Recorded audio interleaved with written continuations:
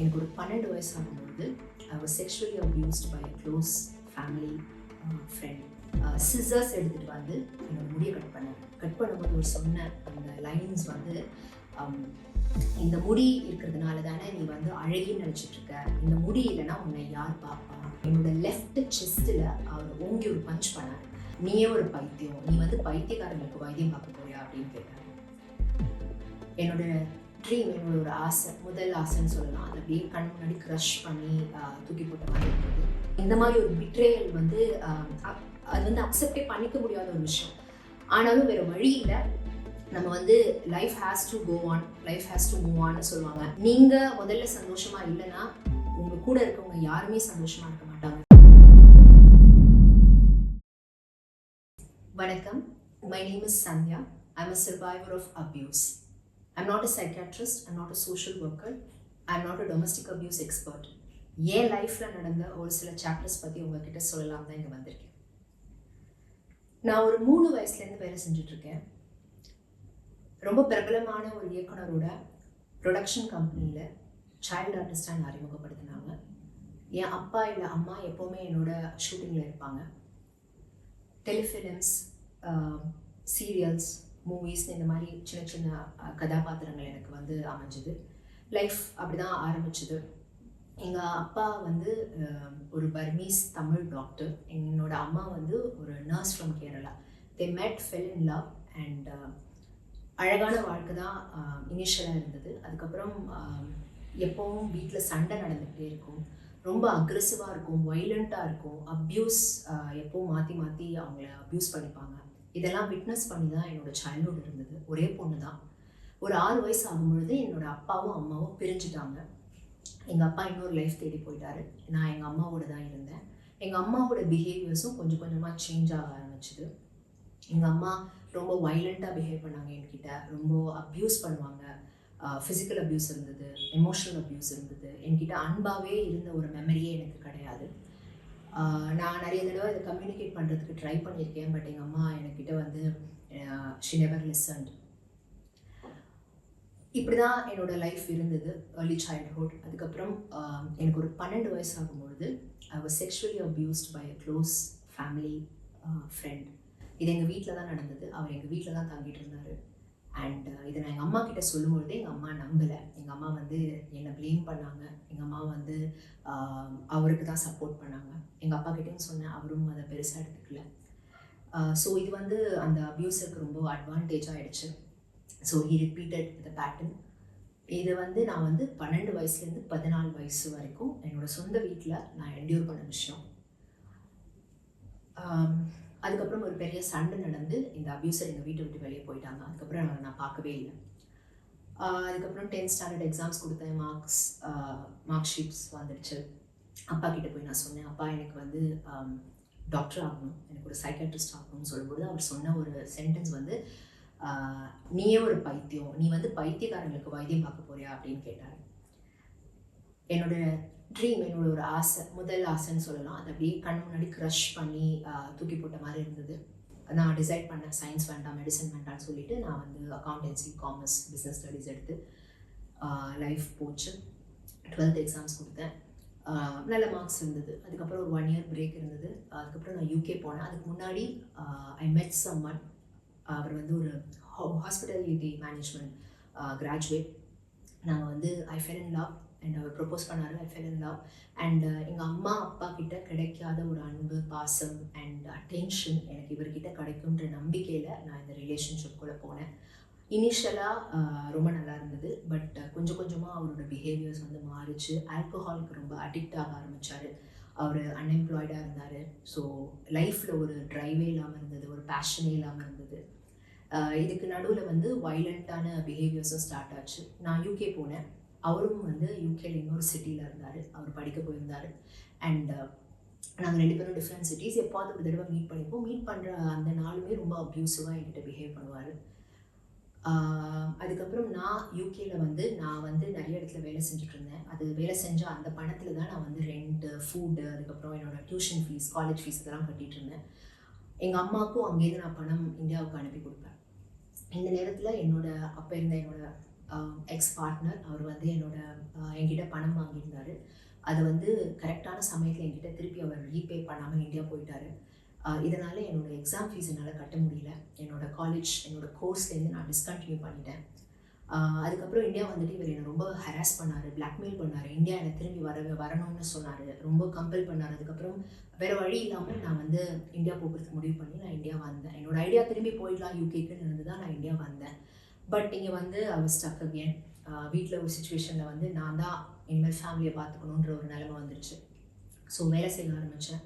ஒரு சின்ன ஹோட்டலில் வந்து நான் வந்து கெஸ்ட் ரிலேஷன் மேனேஜராக இருந்தேன். அதுக்கப்புறம் ஒரு சில இடத்துல ஒரு சில கம்பெனிஸில் ஒர்க் பண்ணிவிட்டு அதுக்கப்புறம் ஒரு ஜெர்மன் கம்பெனியில் ஒர்க் பண்ண ஆரம்பித்தேன். ரொம்ப சின்ன ரோலாக ஸ்டார்ட் பண்ணி நான் அந்த கம்பெனியில் வந்து எக்ஸிட் பண்ணும்போது I was a general manager. Career வந்து நல்லபடி போயிட்டு இருந்தது. பட் பர்சனல் லைஃப் வந்து ரொம்ப டார்ச்சர் அனுபவிச்சுட்டு இருந்தேன். ரொம்ப ஹராஸ்மெண்ட் நடந்துட்டு இருந்தது. எனக்கு நிம்மதியாகவே இருக்காது. என்னோட லைஃப் ஒர்க் இல்லைன்னா என்னோடய வீட்டில் இருக்க முடியாது. அந்தளவுக்கு ஒரு டார்ச்சர் வந்துகிட்டே இருக்கும். ஸோ இவர் வந்து கடைசியாக வந்து ஈவன் நிறைய இந்த மாதிரி ஃபிசிக்கல் அப்யூஸ் இன்சிடென்ட்ஸ் நடந்திருக்கு.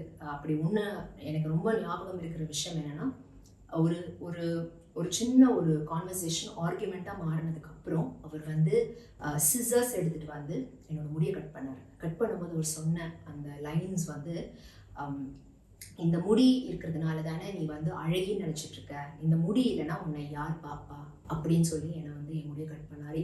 இதுக்கு எல்லாத்துக்கும் நடுவில் அவர் என்னை ரொம்ப கண்ட்ரோல் பண்ணுவார். என்ன ட்ரெஸ் போடணும், யாரை பார்க்கணும், யார் என் கூட ஃப்ரெண்ட்ஸாக இருக்கணும், மேக்கப் போடக்கூடாது, என்ன படம் பார்க்கணும், என்ன சாப்பிடணும், இந்த அளவுக்கு வந்து என்னை வந்து கண்ட்ரோல் பண்ணி வச்சுருந்தாரு. And I went through this for 7 years. 7 yearsக்கு அப்புறம் என்னால் முடியல. என்னை வந்து அந்த ஒரு பாயிண்ட்டுக்கு வந்துட்டேன். இதுக்கு மேலே ஒன்றுமே இல்லை இழக்கிறதுக்குன்னு சொல்லி அந்த பாயிண்ட் வந்ததுக்கப்புறம் I got to know that என்னோட பெஸ்ட் ஃப்ரெண்ட் கிட்ட அவர் மிஸ்பிஹேவ் பண்ணதான் எனக்கு ஒரு நியூஸ் கிடச்சிது. நான் வந்து அவர்கிட்ட போய் இதை வந்து கேட்டபோது ஒத்துக்கிட்டாரு. And he was very proud about it. அதுதான் எனக்கு வந்து I said this is over. நான் இதுக்கு மேலே I am not going to invest time and energy in this ரிலேஷன்ஷிப்னு சொல்லிட்டு ஐ வாக்ட் அவே. முடிஞ்சு போச்சு அந்த ரிலேஷன்ஷிப். எனக்கு வேண்டான்னு சொல்லிட்டு வந்துட்டேன். ரொம்ப வலி நிறைஞ்ச நாட்களாக இருந்தது. 7 years. It was hard. It was hard to forgive எல்லாமே. அவர் என்னை ரொம்ப எல்லா வகையிலுமே என்னை ரீச் பண்ணுறதுக்கு ட்ரை பண்ணார். எனக்கு காண்டாக்ட் பண்ணார், மெயில் எழுதினார், மெசேஜ் எழுதினார், ஃப்ரெண்ட்ஸ் விட்டு பேச வச்சார், வீட்டுக்கு வந்து அம்மா கிட்ட பேசினாங்க. இந்த மாதிரி நிறைய விஷயங்கள் செஞ்சார். But I was very adamant that I was not going to take him பேக்ன்ற ஒரு முடிவுக்கு நான் வந்துட்டேன். அப்புறம் விட்டுட்டாரு. அதுக்கப்புறம் என் லைஃப்பும் என்னோடய வேலை, ஐ ட்ராவல்ட் அப்ராட், நிறைய கண்ட்ரிஸ் போனேன், நிறைய இடத்துல வேலை செஞ்சேன், நிறைய கம்பெனிஸ்க்கு வேலை செஞ்சேன். இந்த மாதிரி நிறைய விஷயங்கள் கேரியர் வைஸ் நடந்தது. இதுக்கெல்லாம் அந்த ஹீலிங்கும் it took a lot of time, lot of effort, lot of energy. அந்த ஹீலிங் நடந்து கொண்டு போய் ஒரு வழியாக அந்த காயங்கள் எல்லாம் மருந்து போட்டுட்டு என் லைஃப் பார்த்துட்டு நான் போயிட்டு இருந்தேன். அக்டோபர் ஆஃப் 2019 ஐ மெட் சம்மன். அண்ட் இந்த மனிதர் வந்து நான் என்னோடய ஃபர்ஸ்ட் பார்ட்னரை விட ரொம்ப டிஃப்ரெண்ட்டாக இருந்தாங்க. ஒரு ட்ரைவ் இருந்தது லைஃப்பில், ஒரு பேஷன், ஒரு ஆண்டர்ப்ரனர் அவர். ஸோ லைஃப்பில் ஒரு கோல் செட் பண்ணிவிட்டு அதுக்கேற்ற மாதிரி ரொம்ப டிசிப்ளின்டாக இருந்தது லைஃப். எனக்கு ரொம்ப பிடிச்சிருந்தது. And we both fell in love. அவரும் வந்து என்னை சோல்மேட்டுன்னு கூப்பிடுவார். அந்த அளவுக்கு I thought we were close to each other. இப்படி தான் நான் நினச்சிட்டு இருந்தேன். அவரோட பிஸ்னஸ்க்கு நான் நிறைய ஹெல்ப் பண்ணியிருக்கேன். பிஸ்னஸ் ஐடியாஸ் கொடுப்பேன். அவரோட சோஷியல் மீடியா பேஜஸ் நான் பார்த்துட்டு இருந்தேன். அவருக்கான வெப்சைட் நான் பண்ணேன். அவருக்கு மீடியா கவரேஜ், பிஆர், இந்த மாதிரி நிறைய விஷயங்கள் வந்து நான் அவருக்காக செஞ்சுட்டு இருந்தேன். அண்ட் இது எல்லாத்தையுமே வந்து I was not doing it for money. நான் வந்து லவ்க்காக தான் இதெல்லாம் பண்ணிட்டு இருந்தேன். இவர் எல்லாமே என்கிட்டேருந்து இந்த அட்வான்டேஜஸ்லாம் என்கிட்டேருந்து எடுத்துப்பார். இப்படி தான் போயிட்டு இருந்தது. கொஞ்ச நாள் கழிச்சு இவரோட பிஹேவியர்ஸில் நான் சேஞ்சஸ் பார்த்தேன். பொய் சொல்கிற மாதிரி இருந்தது, நிறைய விஷயங்கள் மறைக்கிற மாதிரி இருந்தது. நான் எதையாவது கேட்டால் அவர் வந்து வைலண்ட் ஆகிடுவார், அக்ரெசிவாக என்னை அடிக்க ஆரம்பிச்சிடுவார். இந்த மாதிரி நிறைய இன்சிடென்ட்ஸ் நடந்திருக்கு. ஒன்று எனக்கு ஞாபகம் இருக்குன்னா, நான் வந்து சோஃபாவில் உட்காந்துருந்த போது ஒரு சின்ன கான்வர்சேஷன் ஆர்குமெண்ட்டாக மாறி போய் என்கிட்ட வந்து என்னை அடிக்கிறதுக்காக வந்து என்னோட லெஃப்ட் செஸ்ட்டில் அவர் ஓங்கி ஒரு பஞ்ச் பண்ணார். அது வந்து எனக்கு ஒரு ஷாக் கொடுத்தது. அந்த ஃப்ளாஷ் என் கண் முன்னாடி வந்து போச்சு. அண்ட் ஐ ஃபெல் டவுன், விழுந்துட்டேன். அவர் திருப்பி என்னை லிஃப்ட் பண்ணிவிட்டு என்னோட ரிப் கேஜில் ஒரு பஞ்ச் கொடுத்தாரு. அவரோட ஃபிசிக் வந்து கொஞ்சம் ப்ராடாக இருக்கும், ஷோல்டர்ஸ்லாம் கொஞ்சம் பெருசாக இருக்கும். ஸோ அவர் வந்து என்னோட ரிப் கேஜில் இந்த பஞ்ச் கொடுக்கும்போது எனக்கு வந்து ரிப் கேஜ் உடஞ்சி போச்சுன்னு நான் நினச்சேன். நான் செத்து போயிட்டேன்னு நான் நினச்சேன். That was my last moment. நான் வந்து உயிரோடு இருக்கிறது நான் நினச்சிட்டு நான் கீழே விழுந்துட்டேன். என் உயிர் போகலை, பட் ஐ ஃபெல்ட் அந்த ஒரு ஃப்ளாஷெல்லாம் வந்துட்டு போச்சு. And he was inconsiderate. அவர் பக்கத்துலேயே வரல, கிளம்பி போயிட்டாருன்னு நினைக்கிறேன். பட் இந்த மாதிரி ஒவ்வொரு இன்சிடெண்ட் நடந்ததுக்கு அப்புறமும் என்கிட்ட மன்னிப்பு கேட்பாரு. காரில் இந்த மாதிரி என்னை பஞ்ச் பண்ணியிருக்காரு. பஞ்ச் பண்ணி இந்த கார்ட்டூன்ஸில் வர மாதிரி உடனே வீங்கி போயிருக்கு எனக்கு. அண்ட் நான் வந்து தப்பிச்சு போகிறதுக்காக கார் கதவை பார்க் பண்ண கார் தான் கதவை திறந்து நான் நடந்து போகும்போது என்னை சேஸ் பண்ணி திருப்பியும் கூட்டிகிட்டு வரதுக்கு ட்ரை பண்ணார்.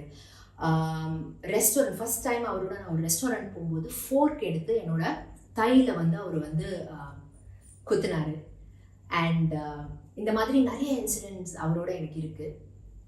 ஏர்போர்ட்டில் அடிச்சிருக்காரு, ஃப்ளைட்குள்ளே ஸ்லாப் பண்ணியிருக்காரு, அண்ட் சோக் பண்ணியிருக்காரு நிறைய தடவை.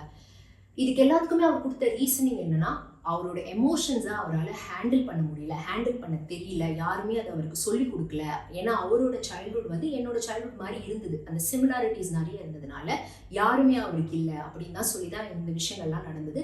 And he agreed to take help, therapy போகலாம், இதை ஃபிக்ஸ் பண்ணலாம், என்னோட கோவத்துக்கு வந்து ஆங்கர் மேனேஜ்மெண்ட் நான் வந்து எடுத்துக்கிறேன் அப்படின்னு சொல்லி தான் வந்து என் கூட பேசிகிட்டு இருந்தார். அண்ட் ஒவ்வொரு விஷயம் நடந்ததுக்கு அப்புறமும் நான் அதை மன்னிச்சுட்டு அடுத்தது என்னன்னு தான் நான் யோசிப்பேன். நான் இந்த விஷயங்கள்லாம் நடந்துட்டு இருந்த சமயத்துல அவருக்கு பிஸ்னஸ்க்கு எல்லாம் ஹெல்ப் நான் பண்ணிட்டு இருந்தேன். இன்ஃபேக்ட் அவரோட சோஷியல் மீடியா பேஜஸ் கூட நான் மெயின்டைன் பண்ணிட்டு இருந்தேன். கண்டென்ட் எழுதுறதுலேருந்து போஸ்ட் பண்ணுறதுலேருந்து எல்லாமே நான் தான் பண்ணிட்டு இருந்தேன். அவருக்கு என் மேலே ஒரு ட்ரஸ்ட் இருந்ததா நான் ஃபீல் பண்ணேன். அதே ட்ரஸ்ட் எனக்கும் அவர் மேலே இருந்தது, இன்ஃபேக்ட் ஜாஸ்தியாகவே இருந்தது. ஸோ 9th of May 2020 வந்து எனக்கு ஒரு இன்ஃபர்மேஷன் கிடச்சிது. ஸோ அதை வந்து செக் பண்ணுறதுக்காக நான் வந்து அவரை மீட் பண்ணுறதுக்கு போனேன். ஸோ நான் ஒரு டோர் நாக் பண்ணும்போது lady open the door and I was shocked, I was surprised. And நான் உள்ளே பார்க்குறேன், அவர் உட்காந்து சாப்பிட்டுட்டு இருந்தார். அண்ட் ரொம்ப ரிலாக்ஸாக இருந்தது. ஒரு சர்ப்ரைஸ் இருந்தது என்னை பார்த்ததுக்கு. பட் ஹி வாஸ் நாட் ரொம்பலாம் வந்து அதிர்ச்சியெல்லாம் ஆகலை, சாப்பிட்டுட்டு தான் இருந்தார். அண்ட் நான் later I found out he is in a relationship with is made. அது வந்து என்னை பார்க்குறதுக்கு முன்னாடியிலேருந்தே இருக்குது. அவர் வந்து என்கிட்ட மறைச்சிருக்காரு. அந்த பொண்ணுக்கிட்ட அவங்கள கல்யாணம் பண்ணுறதா வார்த்தையும் கொடுத்துருக்காரு. ஸோ டே 1லேருந்து என்கிட்ட பழகுனது எல்லாமே போய், என்கிட்ட பழகுனது என்ன சோல்மேட்டுன்னு சொன்னது, லவ் பண்ணுறேன்னு சொன்னது எல்லாமே போய். அந்த மெய்டோட அவங்க அந்த ரிலேஷன்ஷிப்பில் இருக்காங்க. அண்ட் அந்த பொண்ணுக்கும் என்னை பற்றி தெரிஞ்சும் அந்த பொண்ணு வந்து இந்த பொண்ணு உங்களுக்கு பிஸ்னஸ்க்கு ஹெல்ப் பண்ணுறா இல்லை, அவளை விட்டுறாதீங்க, நீங்கள் வந்து எவ்வளோ வந்து பிஸ்னஸ்க்கு அவளை யூஸ் பண்ணிக்க முடியுமோ நீங்கள் யூஸ் பண்ணிக்கோங்க, கடைசியாக வந்து நம்ம கல்யாணம் பண்ணிக்கலான்ற ஒரு அரேஞ்ச்மெண்ட்டில் தான் இவங்க 2 பேரும் இருந்திருக்காங்க. ஸோ அவர் என்னை மீட் பண்ண வராருன்னா முன்னாடி நாள் அந்த பொண்ணை மீட் பண்ணியிருப்பார். ஸோ இப்படி தான் அவர் இருந்திருக்காரு என்கிட்டன்ற விஷயம் எனக்கு அன்றைக்கி தான் தெரிய வந்துச்சு. எனக்கு என்னோட உலகமே இடிஞ்சு போன மாதிரி இருந்தது. ஏன்னா நான் அவரை அவ்வளோ நம்பினேன், அவ்வளோ வந்து அவர் மேலே நான் நம்பிக்கை வச்சுருந்தேன். எனக்கு வந்து இது வந்து ஒரு பெரிய ஒரு பிட்ரேல் என் லைஃப்பில் என்னால் மறக்கவே முடியாது. அந்த அளவுக்கு வந்து என்னை வந்து ஐ ஃபெல்ட் ப்ரோக்கன். முடிஞ்சிருச்சு. அவர் வீட்டை விட்டு வெளியே போகணும்னு சொன்னாரப்போ நான் கிளம்பி வந்துட்டேன். அவர் வீட்டிலேருந்து என் வீட்டுக்கு ஒரு 20 kilometers இருக்கும். நான் அழுதுகிட்டே திரும்பி வந்தேன். வீட்டுக்கு வந்து ஒரு பெரிய கேன் ஆஃப் வாட்டர் எடுத்து தலையில் ஊற்றிக்கிட்டு எனக்கு அவருக்கு சம்மந்தமே இல்லை, நான் இனிமேல் அவர் கூட எனக்கு அவரோட எந்த கான்டாக்டுமே வேணாம் நான் முடிவு பண்ணேன். எல்லா வகையிலையும் அவரை நான் பிளாக் பண்ணிட்டேன். கால் பண்ண ட்ரை பண்ணுவார், அதுக்கப்புறம் ஃப்ரெண்ட்ஸை ரீச் பண்ணுவார், வீட்டு வாசலில் வந்து அடுத்த நாளே நின்னார், நான் கதவை திறக்கல. இந்த மாதிரி நிறைய விஷயங்கள் என்னை திரும்பி வந்து அவரை வந்து திரும்பி அவர் லைஃப்பில் நான் என்னை வந்து இன்வைட் பண்ணுறதுக்கு நிறைய விஷயங்கள் செஞ்சார். But I was very sure எனக்கு இதுக்கு மேலே அவரோட எந்த ஒரு சகவாசமே எனக்கு வேண்டான்னு நான் இருந்துட்டேன். இதுக்கப்புறம் த்ரெட்டனிங் ஸ்டார்ட் ஆச்சு. அவரை பற்றி நான் யார்கிட்டயோ சொல்லிட்டேன்னு ப்ளேம் பண்ணுவார், கால் பண்ணி திடீர்னு த்ரெட்டன் பண்ணுவார். சில என்னோட சேஃப்டிக்கே நிறைய பிரச்சனைகள் கொடுத்துருக்காரு. இன்ஃபேக்ட் இப்போ இந்த டாக் நான் வந்து பண்ணுறேன்றதே எனக்கு வந்து நிறைய ப்ராப்ளம்ஸ் வர்றதுக்கு வாய்ப்பு இருக்குது. But I will take care of it. இப்படி தான் லைஃப் போயிட்டு இருந்தது.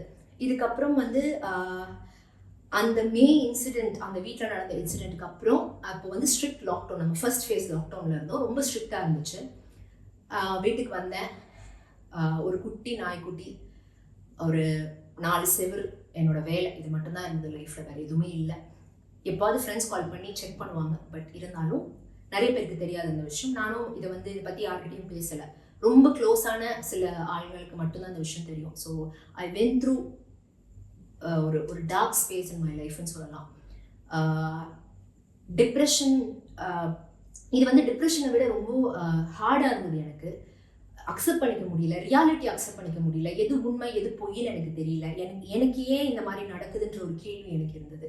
And it was very hard to go through this. And of course வேறு வழி இல்லை, சூசைட் பற்றி நான் யோசிக்கல, லைஃபை எண்ட் பண்ணணும்னு நான் நினைக்கல. Because I always see life as a blessing. அதனால எனக்கு வாழணும்னு ஆசை ரொம்ப இருந்தது. பட் எப்படின்னு தெரியல, இது எப்படி ஹீல் பண்ண போகிறோம்னு தெரியல. அந்த ஹீலிங் வந்து ரொம்ப ரொம்ப கஷ்டமாக இருந்தது, ரொம்ப ஹார்டாக இருந்தது, டைம் நிறைய எடுத்தது. ஸோ எனக்கு பிடிச்ச விஷயங்கள் செய்ய ஆரம்பித்தேன். கிட்டார் கிளாஸஸ் எடுத்துக்கிட்டேன் ஆன்லைனில். இந்த மாதிரி குக் பண்ண ஆரம்பித்தேன். இந்த மாதிரி எனக்கு ரொம்ப ரொம்ப பிடிச்ச விஷயங்கள் வந்து திருப்பி லைஃப்பில் செய்ய ஆரம்பித்தேன். 2021 எல்லாரும் மாதிரியும் நம்மளுக்கும் டிஃப்ரெண்ட்டாக இருக்கும் அப்படின்னு சொல்லி தான் நான் வந்தேன். ஜான்வரி 29 காலையில் எனக்கு வந்து என்னோட கம்பெனி, நான் ஒர்க் ஃப்ரம் ஹோம் தானே பண்ணிட்டு இருந்தேன், என்னோட கம்பெனி வந்து நோட்டிஃபை பண்ணாங்க, ஒரு 2000+ எம்ப்ளாயிஸ் இந்தியாவில் வந்து லே ஆஃப் பண்ணுறாங்க அப்படின்னு. அதில் நானும் ஒன்று. ஸோ காலையில் 10 மணிக்கு தெரியும், சாயங்காலம் 6 o'clock மியூச்சுவல் செப்பரேஷன் அக்ரிமெண்ட் நான் சைன் பண்ணி கொடுத்துடணும். அண்ட் ஐ பிகம் அன்எம்ப்ளாய்ட், அந்த ஸ்டேட்டஸ்க்கு வந்துடுவேன். இது வந்து இன்னொரு பெரிய ஷாக். இது எப்படி டீல் பண்ண போகிறோம்னு எனக்கு தெரியல. பிகாஸ் ஒரு சோர்ஸ் ஆஃப் இன்கம் அது வந்து போகுது, வேலை இல்லை அப்படின்னா பேண்டமிக், வெளியே போய் வேலை தேட முடியாது. ஆல்ரெடி நிறைய பேருக்கு வேலை போயிட்டுருக்கு, எங்கே வேலை கிடைக்குதுன்ற ஒரு கொஸ்டின் வந்துடுச்சு. பட் லக்கிலி எனக்கு வந்து சேவிங்ஸ் அண்ட் கம்பெனி செட்டில்மெண்ட் இதெல்லாம் இருந்ததுனால என்னால் மேனேஜ் பண்ண முடிஞ்சது. So I took a break. ஒரு 3 months நான் பிரேக் எடுத்தேன். நான் ஒர்க் பண்ணல, அது வந்து இன்டென்ஷனலாக இந்த பிரேக் நான் எடுத்தேன். ஏன்னா என் லைஃப்பில் நான் எப்போவுமே ஓடிக்கிட்டு தான் இருந்திருக்கேன், எனக்கு வந்து ஒரு பிரேக்கே இருந்தது கிடையாது. ஸோ இந்த வாட்டி ஐ கான்ஷியஸ்லி டுக் திஸ் பிரேக். ஒரு 3 months எடுத்து ஒரு சோல் சர்ச்சிங், எனக்கு என்ன லைஃப்பில் பண்ணணும், நான் எங்கே போகணும், நான் யார், இந்த கேள்வியெலாம் நான் என்னை கேட்டுக்கிட்டேன். அப்போ தான் ஃபுட் அண்ட் ஃபிட்னஸில் எனக்கு இருக்கிற இன்ட்ரெஸ்ட் பற்றி எனக்கே தெரிய வந்தது. ஸோ நான் சில கோர்சஸ் பண்ணேன் அண்ட் ஃபுட் பிளாகிங் ஸ்டார்ட் பண்ணேன். ஒரு சில கம்பெனிஸ் வந்து என்னை அப்ரோச் பண்ணாங்க, அவங்களுக்கு அம்பாசடர் ஆனேன், அவங்களோட ப்ராடக்ட்ஸை ப்ரொமோட் பண்ணேன். இந்த மாதிரி விஷயங்கள்லாம் நடந்துட்டு இருந்தது. அதுக்கப்புறம் வந்து இந்த ஏப்ரல் மேல வந்து COVID-19 கேசஸ் வந்து இந்தியாவில் ஜாஸ்தியாக ஆரம்பிச்சுது. அண்ட் சென்னையிலையும் ஜாஸ்தியாக ஆரம்பிச்சுது. அண்ட் நான் நிறைய பேர் பார்த்தேன், நிறைய பேர் வந்து கவர்மெண்ட்டோட இன்எஃபிஷியன்சிஸ் பற்றி பேசிகிட்டு இருந்தாங்க, கவர்மெண்ட்டை பற்றி கம்ப்ளைண்ட் பண்ணிட்டு இருந்தாங்க, பொல்யூஷன்ஸ் பற்றி கம்ப்ளைண்ட் பண்ணிட்டு இருந்தாங்க.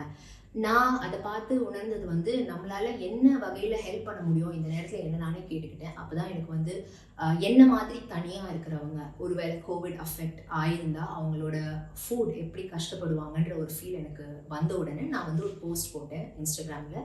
அந்த மாதிரி யாராவது இருந்தீங்கன்னா என்னோட ஏரியா பக்கத்தில் நான் உங்களுக்கு ஃப்ரீ ஃபுட் கொடுக்குறேன் அப்படின்ற ஒரு போஸ்ட். இந்த போஸ்ட் வந்து நிறைய பேர் ஷேர் பண்ண ஆரம்பித்தாங்க. எனக்கு நிறைய மெசேஜஸ் வந்துச்சு. அந்த ரெஸ்பான்ஸே வந்து ரொம்ப ஓவர்வெல்மிங்காக இருந்தது.